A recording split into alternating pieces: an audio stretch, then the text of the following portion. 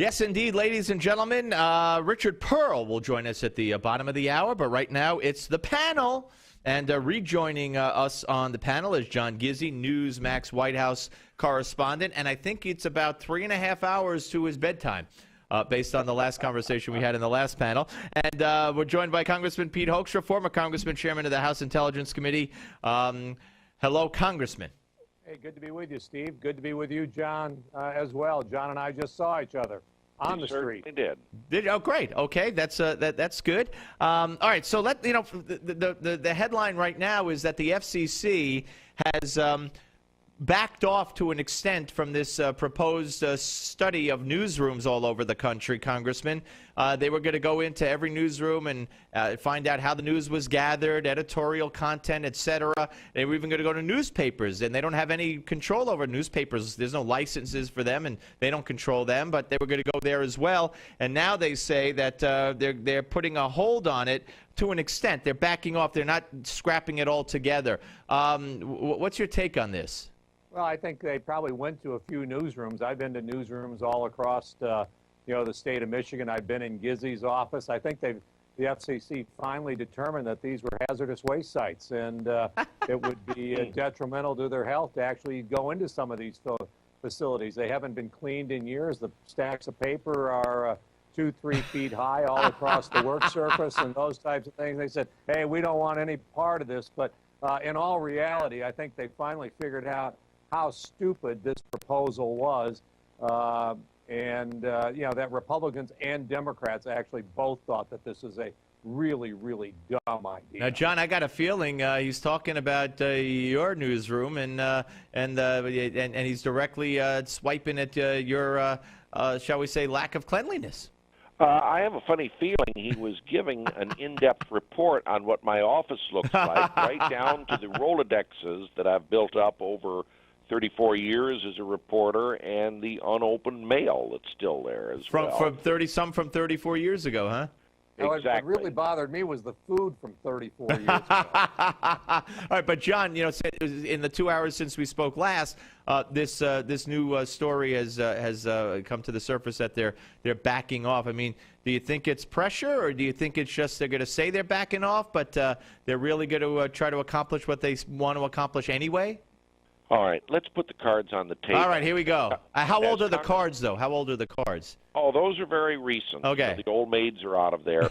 As Congressman Hoekstra knows, this administration is poll sensitive. President Obama, John Podesta as chief of staff, and company poll very carefully on the maneuvers they're going to take.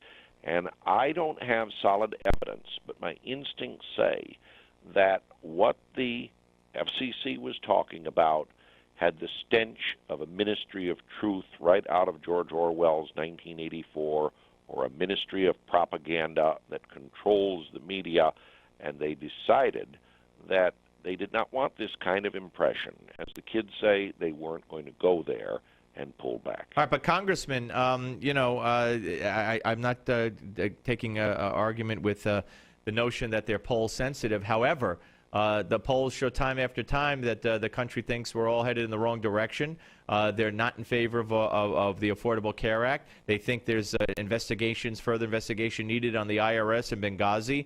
I dare say any policy Obama's thought of or instituted, they say executive orders are not the way to go. So they may be poll sensitive, but at this point, maybe sensitivity without the capitulation. Yeah, but I think in this case they are going to capitulate. You brought up the IRS scandal. You put that with NSA. Now what the FCC was considering doing, and the problem with the IRS, even though it was targeting conservatives, what you had with the IRS, what you had with the NSA, and what you potentially were going to have with the FCC, this went dramatically against the core beliefs of Obama's base. And so he had to walk away from this program. He's got enough trouble motivating his base without doing something in your face one more time. which is exactly what this FCC thing smacked of. All right. Well, Congressman, let's talk about the IRS and where that's headed, and we'll talk about it with both of you gentlemen.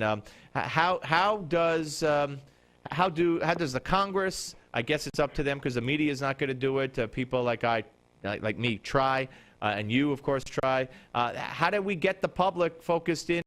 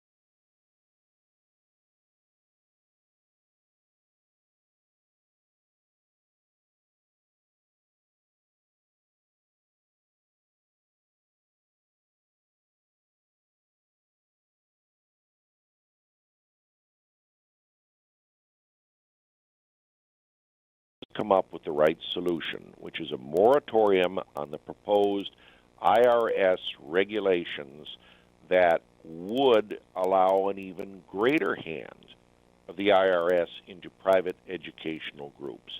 He said, let's hold off for 1 year on this until his subcommittee on oversight deals with the present abuses or charges of abuses by the IRS against private groups, and then consider those regulations. Senator Hatch of Utah sponsored a similar resolution in the Senate. That should be the focus of attention of all freedom-loving Americans. All right. Well, I mean, it is Congressman that has the power of the purse. So whether it's this issue or any issue, or as Congressman Blackburn said yesterday with regard to the FCC, eventually somehow they could try to defund these things. Absolutely, yeah. And that is the option that they have.